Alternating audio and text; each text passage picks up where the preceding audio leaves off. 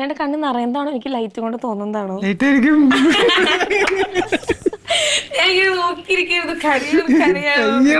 ആനപന്നി വന്തല ബിയാത്ത പുര ഇത് പഠിക്കാൻ ടൈം ആനയും പന്നിയൊക്കെ വന്ന് അറ്റാക്ക് ചെയ്താലും വീഴാത്ത പുര. മനസ്സിലായി. എനിക്കറിയാം, എനിക്ക് എത്ര ഭാഷ അറിയാം. ഞാൻ ചെറുതായിട്ട് എവിടെയോ സ്റ്റീരിയോ ടൈപ്ഡ് ആയി പോകുന്നുണ്ടോ എനിക്കൊരു സെൽഫ് ഡൗട്ട് അടിച്ചു തുടങ്ങിയപ്പോഴാണ് എനിക്ക് ഈ ക്യാരക്ടർ വരുന്നത്. അതുപോലും പ്രതീക്ഷിച്ചിരുന്നില്ല എന്നിൽ നിന്നുള്ളതാണ് സത്യം. അല്ല, അങ്ങനെ മുമ്പ് ചെയ്തിട്ടില്ലാത്തൊരു കാര്യമല്ലേ. അപ്പൊ അതിന്റെ ഒരു പ്രിവ്യൂവിന് ഇവിടെ ലാൽ മീഡിയയിൽ വെച്ചിട്ട് ഇത് കണ്ടിട്ട് അപ്പന്റെ കണ്ണൊക്കെ നിറഞ്ഞു.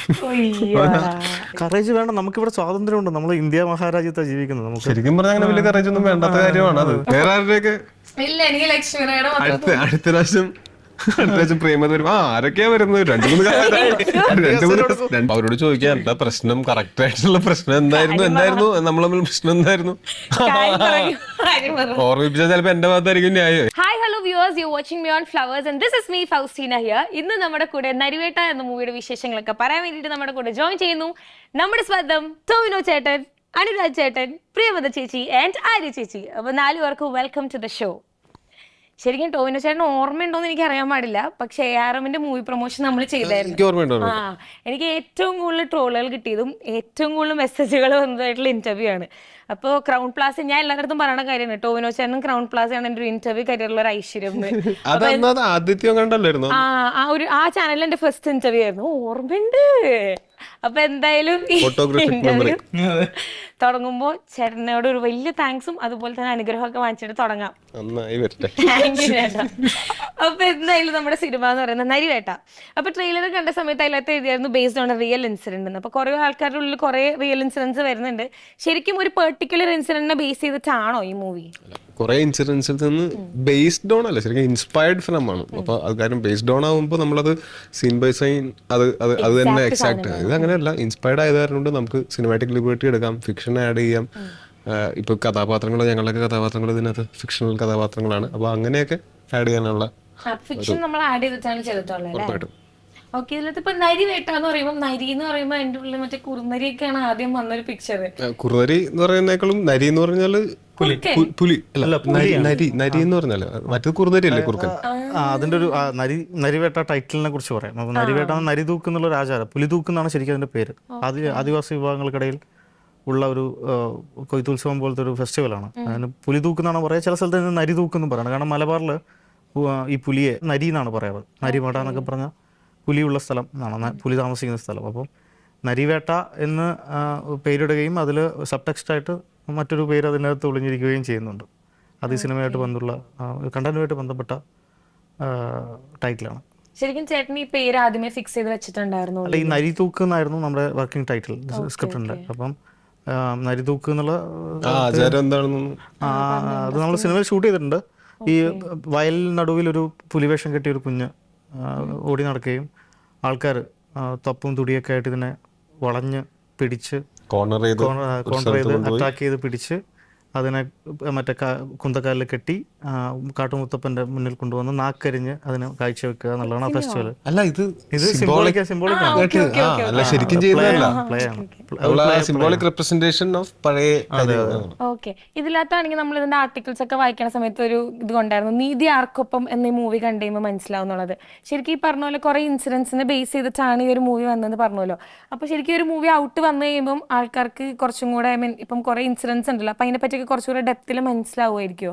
അല്ല, നമ്മളിപ്പം ഈ കഥ പറച്ചിൽ അബിൻ ജോസഫ് എന്നുള്ള ആളാണ് ഇത് എഴുതിയിരിക്കുന്നത്. പുള്ളി കേന്ദ്ര സാഹിത്യ അക്കാദമി അവാർഡൊക്കെ വാങ്ങിയ കഥാകൃത്താണ്. അബിൻ്റെ സ്ക്രിപ്റ്റിൽ കഥയിൽ ഇൻഡെപ്തായിട്ട് ഇതിൽ പല ലെയേഴ്സും ഉണ്ട് കഥാപാത്രങ്ങളുടെ. ഇപ്പം വർഗീസ് പീറ്റർ എന്ന ടോബി ചെയ്യുന്ന കഥാപാത്ര നാൾ വഴികളിലൂടെയാണ് ഈ കഥ പറഞ്ഞു പോകുന്നത്. കുട്ടനാട്ടിൽ നിന്ന് അയാളുടെ വയനാട്ടിലേക്കുള്ള യാത്രയും വയനാട്ടിൽ നിന്ന് തിരിച്ച് അയാളുടെ മടങ്ങിപ്പോക്കൊക്കെയാണ് സിനിമയുടെ കഥാപശ്ചാത്തലത്തിൽ വരുന്ന ഒരു ട്രാക്ക്. അതിൽ വന്നു പോകുന്ന മറ്റു കഥാപാത്രം, സുരായറിന്റെ ക്യാരക്ടറുണ്ട്, പ്രിയംവതയുണ്ട്, ആര്യയുടെ ക്യാരക്ടറുണ്ട്, ചേരൻ സാർ, മലയാളത്തിൽ ആദ്യമായി ചേരൻ സാർ അഭിനയിക്കുന്ന സിനിമയാണ്. അപ്പോൾ അങ്ങനെയുള്ള കഥാപശ്ചാത്തലമുള്ള സിനിമയാണ്. ഇപ്പം കാലികമായ രാഷ്ട്രീയം ഫോളോ ചെയ്യാത്ത ഒരാൾക്ക് ഇതൊരു കൊമേഴ്ഷ്യൽ എൻ്റർടൈൻമെൻ്റ് ഉള്ള തിയേറ്റർ എക്സ്പീരിയൻസ് ഉള്ള കുറേ ഇമോഷണൽ മൊമെൻറ്റ്സ് ഉള്ള, അതായത് വലിയൊരു മാസ് സിനിമയ്ക്കപ്പുറത്ത് കഥ പറച്ചിലുകളിൽ അലോസരപ്പെടുത്താത്ത തരത്തിലുള്ള ഇമോഷൻ പാക്ക് ചെയ്തിട്ടുള്ള ഒരു നല്ല സിനിമയാണെന്നാണ് നമ്മളുടെ വിശ്വാസം. നമ്മളുടെ വിശ്വാസത്തിലേ നമുക്കിപ്പോൾ കുറച്ച് നിൽക്കാൻ പറ്റും. അത്രേ ഉള്ളൂ. ശരിക്കും പറയുകയാണെങ്കിൽ ഇപ്പൊ ചേട്ടൻ പറഞ്ഞ പോലെ അപ്പൊ എല്ലാ ഏജ് കാറ്റഗറി ആൾക്കാർക്കും എൻജോയ് ചെയ്യാൻ പറ്റുന്ന ഒരു മൂവി, പൊളിറ്റിക്സ് എന്നുള്ള സ്ഥാനത്ത് നിന്ന് മാറ്റി നിർത്തിയിട്ട് ഉറപ്പായിട്ടും ഇപ്പൊ എല്ലാവർക്കും ഒരു കൊമേഴ്ഷ്യൽ രീതിക്കും എൻജോയ് ചെയ്യാൻ പറ്റുന്ന ഒരു മൂവി ആയിരിക്കും അല്ലേ? എൻജോയ്മെന്റ് മാത്രമല്ല, അത് ചിന്തിക്കുകയും കൂടെ, എൻഗേജ്ഡ് ആവണം ആൾക്കാർ, ഒന്ന് ചിന്തിക്കണം. അതായത് ഇപ്പം നമ്മൾ ഇന്ന് രാത്രി സുഖമായി കിടന്നുറങ്ങാൻ നമുക്കൊരു സ്പേസ് ഉണ്ടെങ്കിൽ, കിടന്നുറങ്ങാൻ സ്പേസ് ഇല്ലാത്ത എത്രയോ ആൾക്കാരെക്കാൾ പ്രിവിലേജാണ് നമ്മൾ. എക്സാക്ട്ലി. അതുപോലെ നമുക്ക് സമയാസമയം ഭക്ഷണം കഴിക്കാൻ കിട്ടുന്നുണ്ടെങ്കിൽ പട്ടിണി കിടക്കുന്ന ഒരുപാട് ആൾക്കാരെക്കാൾ പ്രിവിലേജാണ് നമ്മളെല്ലാം. എന്നുവെച്ചാൽ പല രീതിയിൽ പ്രിവിലേജുകൾ അനുഭവിക്കുന്ന ആൾക്കാരാണ് നമ്മൾ. അപ്പോൾ നമ്മൾ സ്വതവേ നമുക്കതിനകത്ത് ചില കാര്യങ്ങൾ നമുക്കൊന്നും ചെയ്യാൻ പറ്റില്ല എന്ന് നമുക്ക് തോന്നും. പക്ഷേ നമുക്ക് എന്തെങ്കിലും ചെയ്യാൻ പറ്റുന്നൊരു സാഹചര്യം ഉണ്ടെങ്കിൽ ചെയ്യാനായിട്ട് ഒരു ട്രിഗറായിട്ട്, അങ്ങനെ ചിന്തിക്കാനായിട്ട്, മറ്റുള്ള സഹജീവികളെ കൺസിഡർ ചെയ്യാനായിട്ട്, അതിനൊക്കെ നമുക്ക് ഓർമ്മപ്പെടുത്തലുകൾ വേണം. ചിലപ്പോൾ നമ്മൾ ദുഷ്ടന്മാരും ഒന്നും ആയിരിക്കില്ല, നമ്മൾ മനഃപൂർവ്വം മറന്നു പോകുന്നതല്ല. പക്ഷെ ചിലപ്പോൾ ഒരു വളരെ കൺവീനിയൻ്റ് ആയിട്ടുള്ള ഒരു ജീവിതം ജീവിക്കുമ്പോൾ നമ്മൾ ശ്രദ്ധിക്കാതെ പോകുന്ന, നമ്മൾ കൺവീനിയൻ്റ്ലി ശ്രദ്ധിക്കാതെ വിടുന്ന, അത് ശ്രദ്ധിക്കാതിരുന്നാൽ നിയമപരമായിട്ട് അതിൽ തെറ്റൊന്നുമില്ല, മോറലി എത്തിക്കലി ഒക്കെയാണ് അതിൻ്റെ അത്. അപ്പം അങ്ങനെ ഉള്ളൊരു ഓർമ്മപ്പെടുത്തൽ, ഒരു ചിന്ത ആളുകളിൽ ഉണ്ടാവുകയാണെങ്കിൽ നമ്മൾ ഈ സോഷ്യൽ ആനിമൽസ് എന്നുള്ള നിലയ്ക്ക് തുടർന്ന് അങ്ങോട്ട് ജീവിക്കുന്ന മനുഷ്യന്മാർക്ക് പരസ്പരം സ്നേഹിക്കാനും സഹകരിക്കാനും, ആരെങ്കിലും നമ്മളെക്കാൾ വലുത് ചേർത്തതൊന്നുമില്ല, നമ്മളെക്കാൾ പ്രിവിലേജ് കുറവുള്ള ആൾക്കാർക്ക് നമ്മളെ കൊണ്ടാവുന്ന എന്തെങ്കിലും ചെയ്യാൻ പറ്റുകയാണെങ്കിൽ ഭയങ്കര നല്ല കാര്യമല്ലേ? നമ്മുടെ ലോകം കുറച്ചും കൂടെ മനോഹരമായിട്ടുള്ള ഒരു സ്ഥലമായിട്ട് മാറുമല്ലോ. അപ്പം അങ്ങനെ ഒരു ചിന്തയാണ് ഈ സിനിമ കൊണ്ട് ആളുകൾക്ക് ഉണ്ടാവേണ്ടത് എന്നാണ് തോന്നിയിട്ടുള്ളത്. ഇപ്പം ചേട്ടാ ഈ നരിവേട്ട എന്ന് പറയുമ്പം ഇപ്പോൾ ട്രെയിലർ കണ്ടപ്പോഴൊക്കെ കുറേ ആൾക്കാർ ഇപ്പം കുറേ പ്രശ്നങ്ങൾ സംസാരിക്കുന്ന ഒരു മൂവി ആയിട്ട് എനിക്ക് തോന്നി.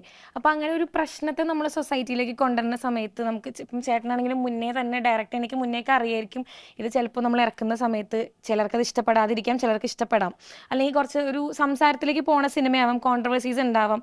അപ്പം ഇതൊക്കെ ഉള്ളിലുണ്ടായിട്ടും ഇത് ഐ ഹാവ് ടു ഡു എന്നുള്ള സംഭവം എന്തായിരുന്നു? അല്ല, ഞാൻ പറയുന്നത് ഇപ്പോഴും നമ്മൾ ട്രെയിലറിൽ കണ്ട ഇൻസിഡൻസിനെ കുറിച്ചാണ് ചർച്ച ചെയ്യപ്പെടുന്നത്. നല്ല കാര്യം തന്നെയാണ്. പക്ഷേ എൻ്റെ മുൻപിൽ ആദ്യം വരുന്നത് കഥയാണ്.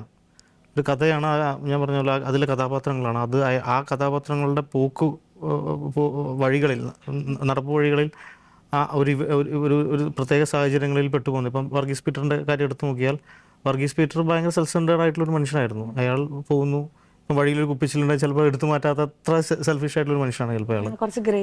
അപ്പോൾ അയാൾ ചിലപ്പം അയാൾ പോലീസാവുന്നു, അയാൾക്ക് അധികാരം കിട്ടുന്നു. ആ അധികാരം അയാൾ എങ്ങനെയാണ്, ഇപ്പം സപ്പോസ് നമ്മൾ തന്നെ ചിന്തിക്കും, നമുക്ക് കുറച്ച് അധികാരം കിട്ടുവാണെങ്കിൽ നമ്മൾ അതെങ്ങനെയാണ് വിനിയോഗിക്കപ്പെടുക എന്നത് ഒന്ന് സ്വയം പരിശോധിക്കേണ്ടതാണ് ഒരാൾക്ക്. അപ്പം ആ അധികാരം കൈയാളുന്നതിൽ അയാൾക്ക് പറ്റുന്ന പിഴവുകൾ, അയാൾ അതിനെ ഉപയോഗിക്കുന്നതിലെ അയാളുടെ കണിശത, അങ്ങനത്തെ പലതരത്തിലുള്ള ലെയേഴ്സ് ആ സിനിമയിലുണ്ട്. അപ്പം അത്തരത്തിലാണ് ആ സിനിമയെ നോക്കി കാണേണ്ടത്. അല്ലാതെ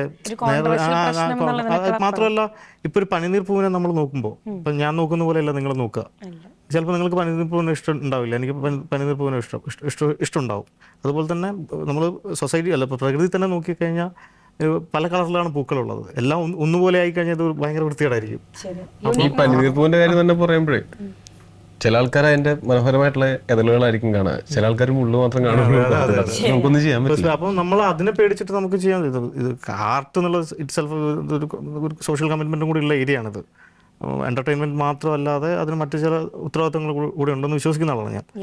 അപ്പം അതും കൂടി ചേർത്തിട്ടുള്ളൊരു സിനിമയാണിത്. അപ്പം ഞാൻ നേരത്തെ ഒരു സിനിമ ഞാൻ ചെയ്തിട്ടുള്ളൂ.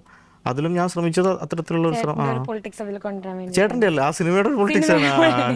സിനിമയുടെ പൊളിറ്റിക്സ്, ആ സിനിമയുടെ കഥാപാത്രത്തിന്റെ പൊളിറ്റിക്സ് ആണ് അതിൽ പറഞ്ഞിട്ടുള്ളത്. അപ്പം ആ പൊളിറ്റിക്സിനെ പറ്റി നമ്മുടെയൊക്കെ ബോധ്യങ്ങൾ നമ്മൾ ഡിസ്കസ് ചെയ്യാം, ഉണ്ടാവാം. ചിലപ്പോൾ അതിൽ യോജിക്കുന്നവരുണ്ടാവും, അതിനെ പേടിച്ചിട്ട് നമുക്കത് പറയാതിരിക്കാന്ന് പറയുന്നത് ഭീരുത്വമാണ്. പക്ഷെ അങ്ങനെ ഒരു കറേജ് വേണ്ടേ ശരിക്കും അങ്ങനെ ഒരു ടോപ്പിക് എടുത്ത് നമ്മൾ ഫോർവേഡ് കൊണ്ടുവരാൻ വേണ്ടിയിട്ട്? കറേജ് വേണ്ട, നമുക്കിവിടെ സ്വാതന്ത്ര്യമുണ്ട്, നമ്മൾ ഇന്ത്യ മഹാരാജ്യത്താണ് ജീവിക്കുന്നത്. നമുക്ക് ശരിക്കും പറഞ്ഞാൽ അങ്ങനെ വലിയ കറേജ് ഒന്നും വേണ്ടാത്ത കാര്യമാണ് അത്. പക്ഷെ അത് മാറുന്ന സാഹചര്യങ്ങൾ അനുസരിച്ചിട്ട്. അതെ, അല്ല, നമ്മൾ ഈ സിനിമ നമ്മൾ അങ്ങനെ തന്നെ ആരെയും മുറിവേൽപ്പിക്കുന്ന തരത്തിൽ, നമ്മൾ ട്രിഗർ ചെയ്യുന്ന തരത്തിൽ നമ്മൾ ബോധപൂർവ്വം ശ്രമിച്ചിട്ടില്ല. ഇതിൽ മുറിവേൽക്കപ്പെടുന്നവരുണ്ടെങ്കിൽ അവർ സ്വയം പരിശോധിക്കപ്പെടേണ്ടതുണ്ട്. എന്തുകൊണ്ട് മുറിവേൽക്കപ്പെട്ടു എന്നുള്ളതല്ലേ?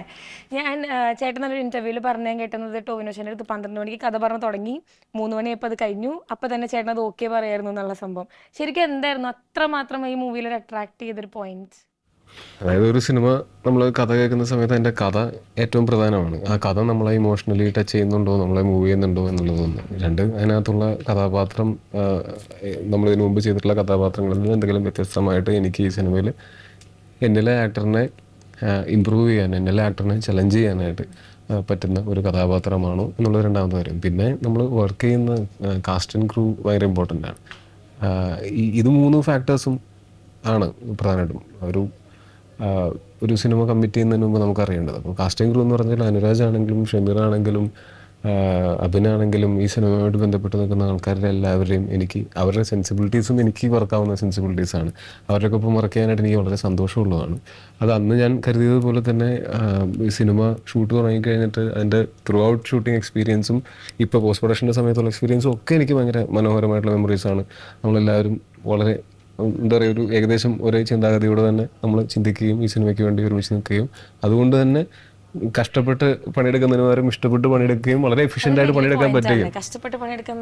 കഷ്ടപ്പാടുണ്ടായിരുന്നെങ്കിൽ പോലും ഇഷ്ടപ്പെട്ട് ചെയ്യുമ്പോൾ കഷ്ടപ്പാട് അറിയില്ല. അപ്പോൾ നമുക്ക് കുറച്ചും കൂടി എഫിഷ്യൻ്റ് ആയിട്ട്, എന്നാൽ നമുക്ക് വലിയൊരു ജോലി ചെയ്യുകയാണ് എന്ന് തോന്നാതെ എൻജോയ് ചെയ്തത് ചെയ്യാൻ പറ്റും. അത് കാസ്റ്റിംഗ് ക്രൂ ഭയങ്കര ഇമ്പോർട്ടൻ്റ് ആണ്. എൻ്റെ കൂടെയുള്ള ആർട്ടിസ്റ്റുകളുടെയും എൻ്റെ കൂടെയുള്ള ടെക്നീഷ്യൻസിൻ്റെയും ഒക്കെ സഹകരണം, സഹായം എൻ്റെ പെർഫോമൻസിനെയും എൻഹാൻസ് ചെയ്യും എന്നാണ് എനിക്ക് എപ്പോഴും തോന്നിയിട്ടുള്ളത്. അതൊരു കാര്യം. പിന്നെ ഞാൻ ഈ നേരത്തെ പറഞ്ഞ കഥ എന്നെ ഇമോഷണലി ആ സമയത്ത് എന്നെ ഭയങ്കരമായിട്ട് കഥ കേട്ടതിന് ശേഷവും എന്നെ ഹോണ്ട് ചെയ്യുന്നു. അങ്ങനെ ഒരു ഹോണ്ടിങ് പടം കണ്ടിറങ്ങുന്ന ആൾക്കാർക്കും ഉണ്ടാകേണ്ടത് ഈ നേരത്തെ പറഞ്ഞ പോലെ ലോകം ഒരു ബെറ്റർ പ്ലേസ് ആവേണ്ടത് എൻ്റെ ആവശ്യകതയാണെന്ന് തോന്നി. അപ്പം അങ്ങനെയാണ്. പ്രിയമത ചേച്ചി, എങ്ങനെയായിരുന്നു ഈ മൂവിയിലേക്കുള്ള എൻട്രി? ഡയറക്ടറാണ് എൻട്രി തന്നത് ഈ പടത്തിലേക്ക്. So first of all thank you. കാരണം ഒരു കഥാപാത്രം കണ്ടിട്ട് എന്നെ ഓർമ്മ വന്നതിൽ കാസ്റ്റ് ചെയ്തതിന് ആക്ച്വലി താങ്ക് യു. ആൻഡ് ഞാൻ ചെറുതായിട്ട് എവിടെയോ സ്റ്റീരിയോ ടൈപ്ഡ് ആയി പോകുന്നുണ്ടോ, എനിക്കൊരു സെൽഫ് ഡൗട്ട് അടിച്ചു തുടങ്ങിയപ്പോഴാണ് എനിക്ക് ഈ ക്യാരക്ടർ വരുന്നത്. സോ എനിക്കൊരു ഫ്രഷ്നെസ് ഉണ്ടായിരുന്നു. ഞാൻ ചെയ്തുകൊണ്ടിരിക്കുന്ന ഒരു ക്യാരക്ടറിനെ കുറച്ചും കൂടി ബ്രേക്ക് ചെയ്ത് ഒരു ഡിഫറൻസ് ചെയ്യാൻ പറ്റുന്നത് പോലെ. ആദ്യം ചോദിച്ചത് അതാണ്. ഇത് അത്തരത്തിലുള്ള കൺഫ്യൂഷൻ ഓൾറെഡി അവർക്കുള്ളിൽ ഓടിക്കൊണ്ടിരിക്കുന്നുണ്ടായിരുന്നു.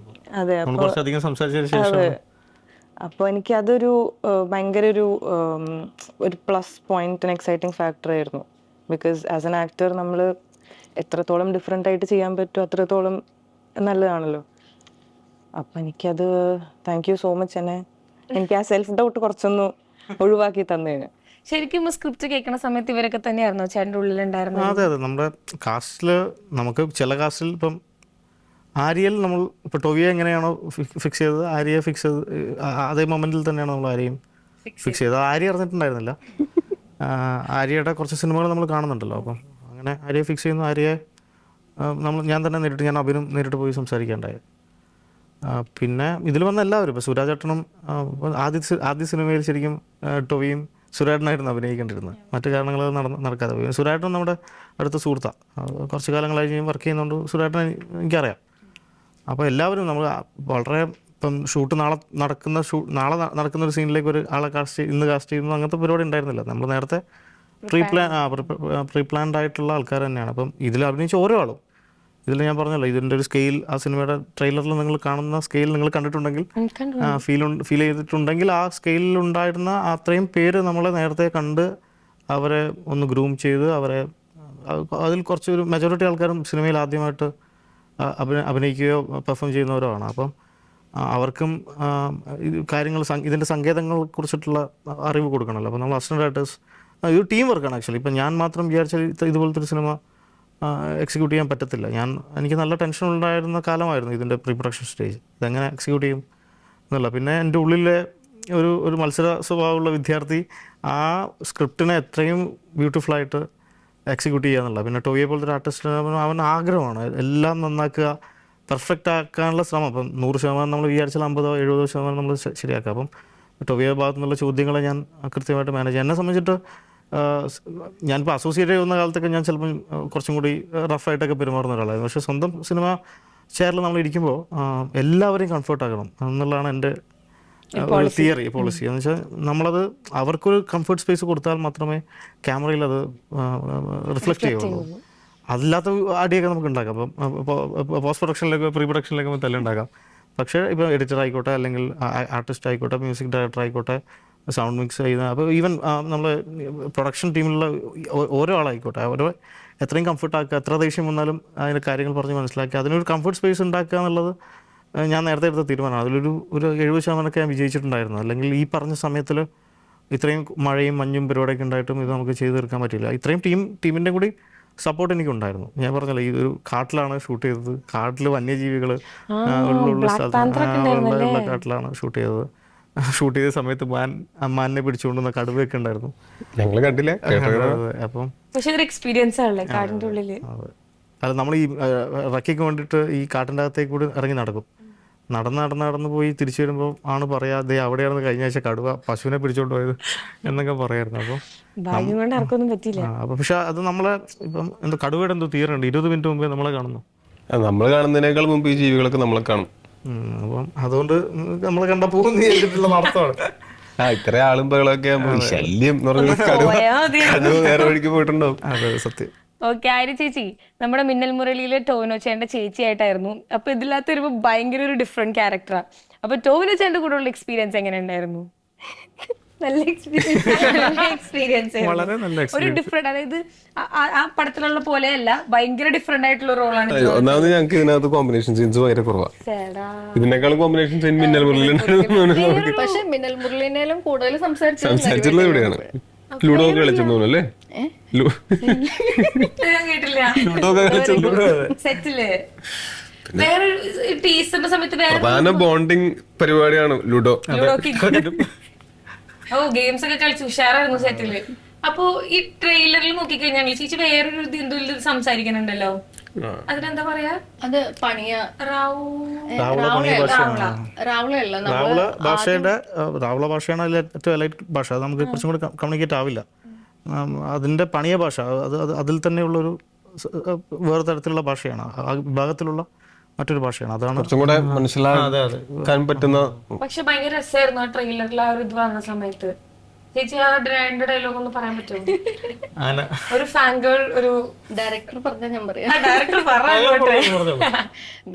മലയാളം തന്നെയാണെന്ന് ശ്രദ്ധിച്ചു കഴിഞ്ഞാൽ നമുക്ക് മനസ്സിലാവും. ഇപ്പം കോഴിക്കോട് സ്ലാങ് പോലെ തന്നെ എന്ന് പറയുന്ന പോലെ വേറെ ലാംഗ്വേജ് എന്ന് പറഞ്ഞാലും മലയാളം നമ്മൾ ശ്രദ്ധിച്ചാൽ മനസ്സിലാവും. ഇപ്പം മഴ പെയ്യാക്കും നനയാത്ത പിര എന്ന് പറയുന്നത് മഴ പെയ്താൽ നനയാത്ത പിര, അങ്ങനെ ആനപന്നി ബന്ധില ബിയാത്ത പിര. ഇത് പഠിക്കാൻ ടൈം ആനയും പന്നിയൊക്കെ വന്ന് അറ്റാക്ക് ചെയ്താലും വീഴാത്ത പുര. മനസ്സിലായി. എനിക്കറിയാം, എനിക്ക് എത്ര ഭാഷ അറിയാം. ഇത് ആക്ച്വലി പഠിക്കാൻ ടൈം എടുത്തായിരുന്നോ? പഠിക്കാൻ നമുക്ക് അവിടെ പറഞ്ഞു തരാൻ പ്രസാദ് എന്ന് പറഞ്ഞ ചേട്ടനാണ്. അപ്പം ചേട്ടൻ കൂടെ അഭിനയിക്കാനും ഉണ്ടായിരുന്നു. അപ്പം ഇതുപോലെ തന്നെ അവരുടെ ഊരിൽ ഞങ്ങൾ ഒരു തവണ ഡയറക്ഷൻ ടീം കൊണ്ടുപോയായിരുന്നു, അവിടുത്തെ ആൾക്കാരായിട്ട് പരിചയപ്പെടാനൊക്കെ. പിന്നെ സെറ്റിൽ വരുമ്പോൾ നമുക്ക് എന്തെങ്കിലും ഇപ്പോൾ സ്ക്രിപ്റ്റിൽ ഇല്ലാത്തതാണെങ്കിൽ പോലും അവർ പറഞ്ഞു തരും ഇതെങ്ങനെയാ എന്നുള്ളത്. ഓക്കെ ചേട്ടാ, ഇപ്പോൾ എനിക്ക് തോന്നുന്നു നമ്മുടെ ഇഷ്ക് അത്യാവശ്യം ഭയങ്കര ഒരു നല്ലൊരു മൂവിയായിരുന്നു, കുറേ ആക്സെപ്റ്റൻസ് കിട്ടിയ ഒരു മൂവിയാണ്. പക്ഷെ അത് കഴിഞ്ഞ് എനിക്ക് തോന്നുന്നു കുറച്ചധികം നാൾ കഴിഞ്ഞിട്ടാണ് ഇപ്പോൾ നെക്സ്റ്റ് മൂവി വരുന്നത്. അതെന്തായിരിക്കും ചേട്ടൻ ശരിക്കും അത്ര ഒരു ഗ്യാപ്പ് എടുക്കാനുള്ള റീസൺ? ഗ്യാപ്പ് എടുത്തല്ല, ഗ്യാപ്പ് വന്നതാ. 2 കൊല്ലം കൊറോണ കൊണ്ടുപോയി. പിന്നെ കുറച്ചധികം സ്ട്രഗിൾ ചെയ്തിട്ടാണ് ഒരു സിനിമ ഡയറക്റ്റ് ചെയ്തത്. അതും ഒരു ചലഞ്ചിങ് എക്സ്പീരിയൻസ് ആയിരുന്നു എനിക്കുണ്ടായിരുന്നത്. കുറച്ചധികം സ്ട്രഗിൾ ഉണ്ടായിരുന്നു ആ സിനിമയുടെ മേക്കിംഗ് ടൈമിലെല്ലാം. അതിൻ്റെ ഒരു സക്സസ് എൻജോയ് ചെയ്ത് ഇങ്ങനെ ഒരു 5-8 മാസം കഴിയുമ്പോൾ കൊറോണ വന്നു. 2 വർഷം അങ്ങനെ പോയി. ആ കാലത്തെല്ലാം സിനിമ ഡിസ്കസ് ചെയ്യുന്നുണ്ട്. ഞാൻ ഇപ്പോൾ ടൊവിയുടെ അടുത്തൊരു കഥ പറഞ്ഞിട്ട് ടൊവിയുടെ പ്രൊഡക്ഷനിൽ, ടൊവിയുടെ ആദ്യത്തെ പ്രൊഡക്ഷൻ രാജ്ബി ഷെട്ടി ആദ്യമായിട്ട് മലയാളത്തിൽ അഭിനയിക്കേണ്ട സിനിമയായിരുന്നു. അത് ഓൾമോസ്റ്റ് ഒരു എഡ്ജിലെത്തിയത് മിസ്സായി പോയ സിനിമയാണ്. അതിനുശേഷം മറ്റൊരു സിനിമ അനൗൺസ് ചെയ്തിരുന്നു. അതും പ്രായോഗികമായി പല പ്രശ്നങ്ങളിലും കുടുങ്ങിക്കിടന്നു. അതിനുശേഷം പിന്നെ ഞാൻ 2-2.5 വർഷമായിട്ട് ത്രൂ ഔട്ട് ഇതിൻ്റെ പണി പുറകിൽ തന്നെയാണ്. ഇതങ്ങനെ പെട്ടെന്ന് നമുക്കൊന്ന് ഇതിന് തയ്യാറെടുപ്പുകൾ എടുക്കുമ്പോൾ ഇത് എക്സിക്യൂട്ട് ചെയ്യാൻ പ്രതിസന്ധികളുണ്ടായിരുന്നു. ഏതായാലും ഒരു പ്രതിസന്ധികളുടെ ഘോഷയാത്രയായിരുന്നു ഈ സിനിമയുടെ തുടക്കം, പ്രീ പ്രൊഡക്ഷൻ സ്റ്റേജിൽ. അതിൽ എനിക്ക് നിർണായകമായി പറയാനുള്ളത്, ഈ സിനിമ ഒരു തരത്തിൽ എക്സിക്യൂട്ട് ചെയ്ത് ഇത് ഞാൻ മുന്നോട്ട് പോകുന്ന ഘട്ടത്തിൽ ഇത് ചിലപ്പം പോയേക്കാമെന്നുള്ള ഘട്ടത്തിൽ ടൊവി എടുത്ത ചില നിലപാടുകളൊക്കെയാണ് ഈ സിനിമയെ, അതിപ്പം ഓപ്പണായിട്ട് പറയാൻ പറ്റാത്ത ചില കാര്യങ്ങളൊക്കെ ഉണ്ട്.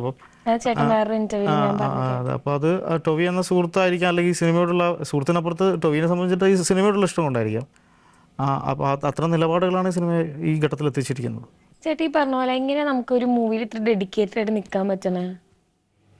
വേറെ പരിപാടിയൊന്നുമില്ല തന്നെ. അത് ചേട്ടൻ ചുമ്മാ, കാരണം എല്ലാ ആക്ടേഴ്സും അങ്ങനെ നിൽക്കുന്നുണ്ടാവില്ലല്ലോ. ചേട്ടൻ ഇപ്പൊ കുറെ ഇന്റർവ്യൂസിൽ ചേട്ടനെ പറ്റി അങ്ങനെ പറഞ്ഞാൽ കേട്ടിട്ടുണ്ട്. അതായത് കറക്റ്റ് നിലപാടുകൾ എടുക്കുന്ന, അല്ലെങ്കിൽ കറക്റ്റ് ടൈമിൽ റൈറ്റ് ഡിസിഷൻസ് എടുക്കുന്ന, സപ്പോർട്ട് ചെയ്യുന്ന ഒരു ഫ്രണ്ടായിട്ടും ഒരു ആക്ടറായിട്ടും ഒക്കെ കണ്ടിട്ടുണ്ട്. ചിലപ്പോൾ അത് ഞാൻ വീട്ടിലൊക്കെ കണ്ട് പഠിച്ചിട്ടുള്ളത് അതാണ്. എന്ത് ചെയ്യുകയാണെങ്കിലും അത് ആത്മാർത്ഥമായിട്ട് ചെയ്യുക.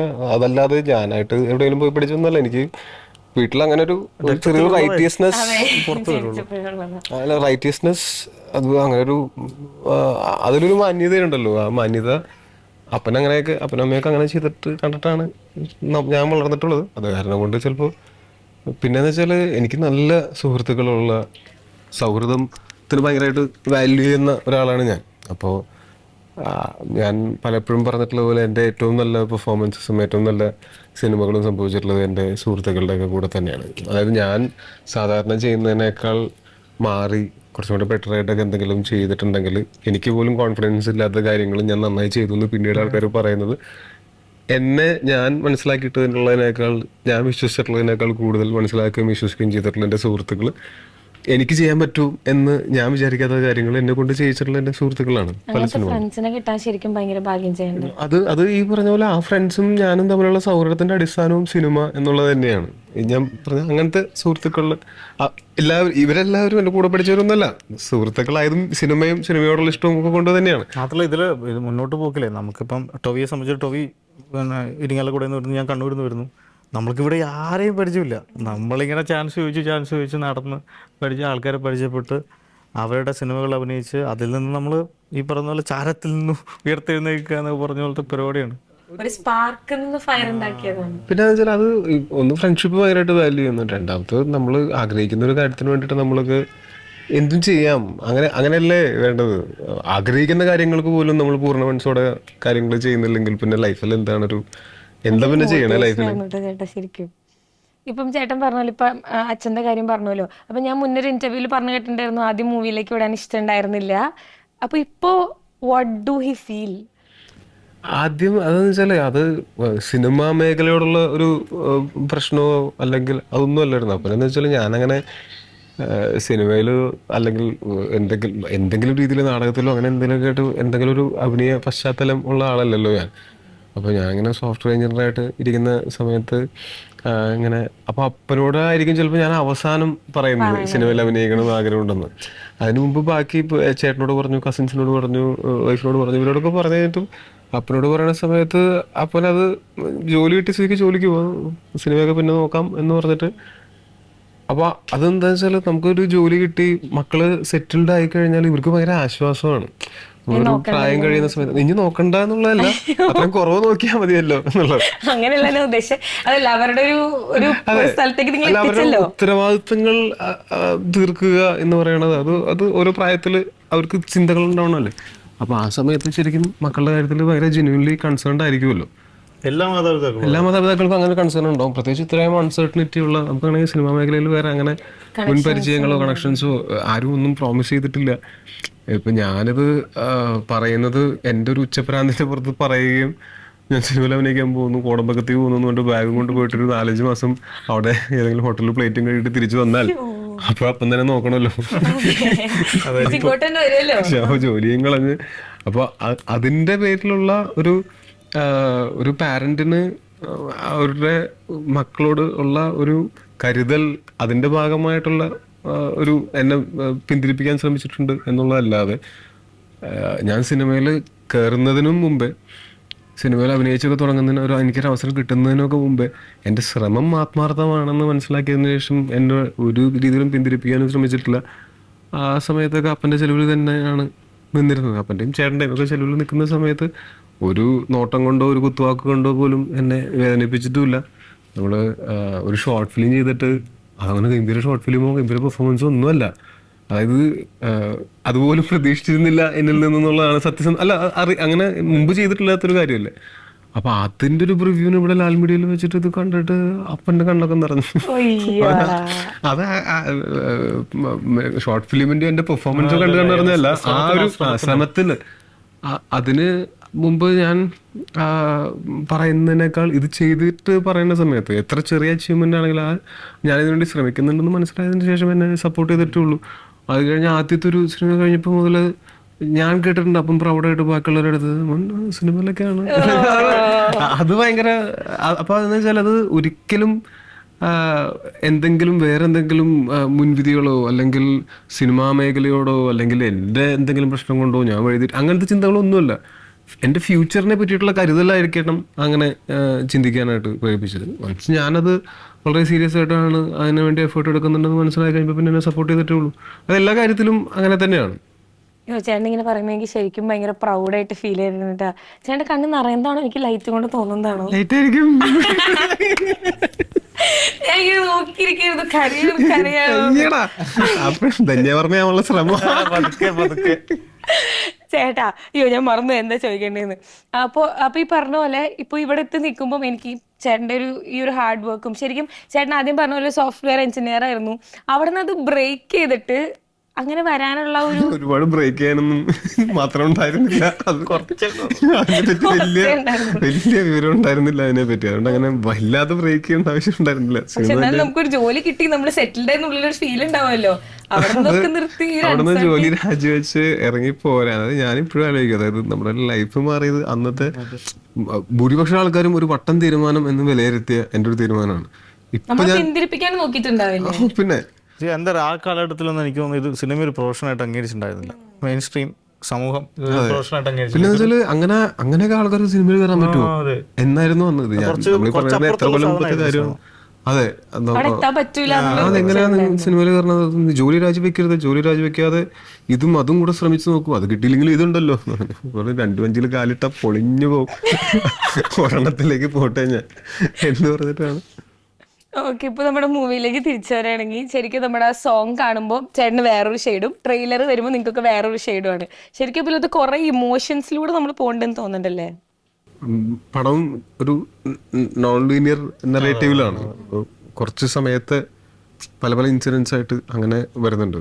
അപ്പോൾ ശരിക്കും ഈ വർഗീസ് പീറ്റർ എന്നുള്ളൊരു ആളുടെ ക്യാരക്ടറിൻ്റെ ആ ക്യാരക്ടർ ആർക്കിലൂടെയും ഒക്കെ പോകുന്നുണ്ട്. അപ്പോൾ അതിനകത്ത് വളരെ എന്താ പറയുക, ഹാപ്പി ഗോലൊക്കെ ആയിട്ട് നടക്കുന്ന ഒരു കുട്ടനാടുള്ള ഒരു ചെറുപ്പക്കാരൻ, അയാളുടെ പ്രണയവും അയാളുടെ ഫാമിലിയും, പിന്നെ അയാൾ PhD ചെയ്ത് ജോലിക്ക് വേണ്ടി നടക്കുന്നു, അങ്ങനത്തെ ഒരു ഇതിൽ നിന്ന് പിന്നെ ഒരു കോട്ടയം ക്യാമ്പ് പോലത്തെ ഒരു സ്ഥലത്തേക്ക് എത്തും ഒരു പോയിന്റ്, പിന്നെ അവിടെ നിന്ന് വയനാട് പോലത്തെ ഒരു സ്ഥലത്തേക്ക് എത്തും. അപ്പോൾ അങ്ങനെ ഉള്ളൊരു ട്രാവലുണ്ട്. അപ്പോൾ അതിൻ്റേതായിട്ടുള്ള ചെറിയ കാലഘട്ടത്തിൻ്റെ വ്യത്യാസങ്ങളിൽ ഉണ്ടാകുന്ന മാറ്റങ്ങളുണ്ട്. ഞാനിപ്പോഴും മറ്റേ ധന്യവർമ്മയിൽ നിൽക്കുക, അതുകൊണ്ട് ഒരാഴ്ച ടൈം എടുക്കണം. ഇപ്പൊ സോങ് നോക്കുകയാണെങ്കിൽ നിങ്ങളുടെ കെമിസ്ട്രി അതിനകത്ത് ഭയങ്കര രസമാണ്. അപ്പോൾ ഇപ്പൊ പാട്ട് കാണുന്ന സമയത്ത് ഭയങ്കര നമുക്കൊരു ജെല്ല് ഫീൽ ചെയ്യുന്നുണ്ടായിരുന്നു. പിന്നെ കേരളത്തിലെ പിള്ളേർക്കൊക്കെ അറിയാവുന്നതാണ് ടോവിനോ ചേട്ടൻ്റെ റൊമാൻസിന്റെ കാര്യം. അപ്പൊ നമ്മളിത് നോക്കുന്ന സമയത്ത് സോങ് ഷൂട്ട് ആകുമ്പോൾ ഭയങ്കര എളുപ്പമാണ്, ഡയലോഗ് ഒന്നും പഠിക്കണ്ടല്ലോ, നമ്മൾ എക്സ്പ്രഷൻ വെച്ച് കൊടുത്താൽ മതി. അപ്പൊ ഞങ്ങൾ ചിരിച്ചോ നമ്മള് ഷോട്ടൊക്കെ എടുക്കും. പക്ഷെ ഭയങ്കര ഒരു കെമിസ്ട്രി അതിനകത്ത് ഫീൽ ചെയ്യുന്നുണ്ട്. അപ്പൊ ഇപ്പൊ ചേട്ടന്റെ മൂവീസ് നോക്കുകയാണെങ്കിൽ ഈ പറഞ്ഞ പോലെ ആക്ഷൻ എത്രത്തോളം ഇമ്പോർട്ടൻസ് ഉണ്ടോ? ഞാൻ കമന്റ്സ് ഒക്കെ കണ്ടു ചേട്ടന്റെ സോങ്ങിന്റെ അടിയിൽ, സോങ്ങിൽ ഒരു ഉമ്മയൊക്കെ പ്രതീക്ഷിച്ചു എന്നൊക്കെ പറഞ്ഞിട്ട്. സത്യമായിട്ട് മറ്റേ കമന്റ് കണ്ടില്ലേ? ശോഭന എനിക്കുണ്ടല്ല, ലക്ഷ്മി റായ് ഇല്ലേ, ആ മാമിന്റെ മുഖച്ചായ തോന്നി ഭയങ്കര. ഇല്ല ശരിക്കും കുറെ ഫീച്ചേഴ്സ് ഇല്ലേ അതിനകത്ത്? സീരിയസ്ലി ഞാൻ ഇൻസ്റ്റാ പോസ്റ്റ് ഒക്കെ നോക്കിയ സമയത്ത് എനിക്ക് ഭയങ്കര ഫീച്ചേഴ്സ്, ഇവിടെ നിന്ന് ചിരിച്ചപ്പോഴാണെങ്കിലും എനിക്ക് ഭയങ്കര ഒരു സിമിലാരിറ്റി തോന്നി. ഇല്ല എനിക്ക് ലക്ഷ്മി റായുടെ അടുത്ത പ്രാവശ്യം പ്രേമ വരും. ആരൊക്കെയാ വരുന്നത്? 2 കസേര വേണം, ഒന്ന് ശോഭന മാമിനും ഒന്ന് ലക്ഷ്മി റായ് മാമിനും. അപ്പൊ ഇപ്പൊ പറഞ്ഞ പോലെ ഇപ്പം ഈ ഒരു ചേട്ടൻ പറഞ്ഞൊരു കാര്യം ഉണ്ടായിരുന്നു, ടോവിനോ ചേട്ടൻ ഇതുവരെ ചെയ്യാത്ത കുറെ എക്സ്പ്രഷൻസും ഇതുവരെ ചെയ്യാത്ത കുറെ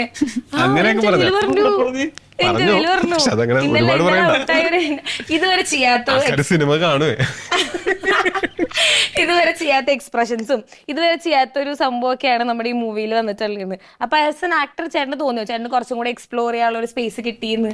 അല്ല, ആസ് എൻ ആക്ടർ ഈ ക്യാരക്ടർ നന്നായിട്ട് കണക്ട് ചെയ്യാൻ പറ്റുകയും അതിന് പെർഫോമൻസ് സ്കോപ്പ് ഉണ്ടെന്നൊക്കെ മനസ്സിലായിട്ട് അപ്പൊ ഇതുവരെ ചെയ്യാത്തതാണോ എന്നൊന്നും എനിക്കറിയില്ല. ആ സന്ദർഭത്തിന് യോജിക്കുന്നത് ചെയ്യുക എന്നുള്ളത് മാത്രമേ നമുക്ക് ചെയ്യാൻ പറ്റുള്ളൂ. പിന്നെ ആ രൂപവും ചുറ്റുപാടും അഭിനയിച്ചുകൊണ്ടിരിക്കുമ്പോൾ ഇതുപോലത്തെ സാധനം മറ്റു സിനിമയിൽ ഉണ്ടായിരുന്നു നമുക്ക് ജഡ്ജ് ചെയ്യാനും പറ്റത്തില്ല. ഇത് പുള്ളി അപ്പൊ അങ്ങനെ ചിന്തിച്ചു കഴിഞ്ഞാൽ നമുക്കൊന്നും ചെയ്യാൻ പറ്റില്ല. പക്ഷെ ആ ഇമോഷനെ ക്യാരി ഓഫ് ചെയ്യുന്നുണ്ടോ എന്നുള്ളത് മാത്രമാണ്. അത് നമ്മളെ തൊടുന്നുണ്ടോ, അത് അടിപൊളിയായിട്ട് ചെയ്തിട്ടുണ്ടോ എന്നുള്ളതാണ്. അതാണ് ഞാൻ പറഞ്ഞത്. ഞാൻ ഈ ക്യാമറ പരിപാടിയിലൂടെ ഇതിൻ്റെ മോണിറ്ററിൽ എക്സ്പെക്ട് ചെയ്യുന്ന സാധനത്തിനേക്കാൾ മുകളിലാണ് നമ്മളുടെ ഔട്ട്പുട്ട്, ആസ് എ ആക്ടർ ടോവിയുടെ ഔട്ട്പുട്ട്. അതാണ് ഞാൻ പറഞ്ഞത്.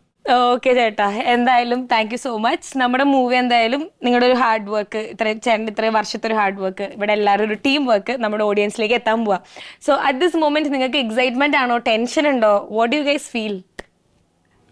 നിങ്ങൾ സംസാരിച്ചില്ലെങ്കിൽ ഞങ്ങള് നിങ്ങൾക്ക് സംസാരിക്കാൻ ഗ്യാപ്പ് ഒന്നുമില്ല എന്നൊക്കെ താഴ്ത്ത് അതെ. എക്സൈറ്റഡ് അതന്നെ. ശരിക്കും ഭയങ്കര എക്സൈറ്റഡ് ആണ്. പിന്നെ ടെൻഷൻ ഉണ്ടോ? ടെൻഷനുണ്ട്, ബട്ട് കൂടുതൽ എക്സൈറ്റ്മെന്റ് ആണ്. നമ്മൾ ചെയ്തു വെച്ചൊരു വർക്ക് ആൾക്കാരിലേക്ക് എത്തുന്നു, അതിന് മോസ്റ്റ്ലി എക്സൈറ്റ്മെന്റ് ആണ്. ആയിരി ചേച്ചി? അതന്നെ, എക്സൈറ്റ്മെന്റ് തന്നെയാണ്, പേടിയൊന്നുമില്ല. കോൺഫിഡന്റ് ആണ് ഡയറക്ടറിൽ. ഓ പിന്നെ പിന്നെ ഇരുന്നോട്ടെ. ഓക്കെ, പിന്നെ വന്നപ്പോ തന്നെ പറയണമെന്ന് വിചാരിച്ച ചേച്ചിയുടെ മുടി കാണാൻ നല്ല രസമുണ്ട്. എനിക്ക് ഭയങ്കര ഇഷ്ടപ്പെട്ടു. ഞാൻ ഒളിപ്പിച്ചു വെച്ച, അല്ലെങ്കിൽ നല്ല ഭംഗിയുണ്ട് കാണാനായിട്ട്. തൂക്കിനെ കാണിച്ചിട്ടില്ല സെറ്റില്. അത് കാരണം എന്റെ ക്യാരക്ടറിന് അത്രയും ഇത് വേണം. അതൊരു അസെറ്റ് ആയിരുന്നു. ഞാൻ അത് തമാശയായിട്ട് പറഞ്ഞാൽ ശരിക്കും ക്യാരക്ടേഴ്സിന് വേണ്ടിയിട്ടുള്ള മേക്ക് ഓവർ ടോട്ടലി വേറെ ഡിസൈനാണ്. അതിലവർ കൃത്യമായി ചെയ്തിട്ടുണ്ട്. അപ്പൊ എന്തായാലും എല്ലാവർക്കും ഓൾ ദി വെരി ബെസ്റ്റ്. പടം ഉഷാറാവട്ടെ. Thank you. Thank U.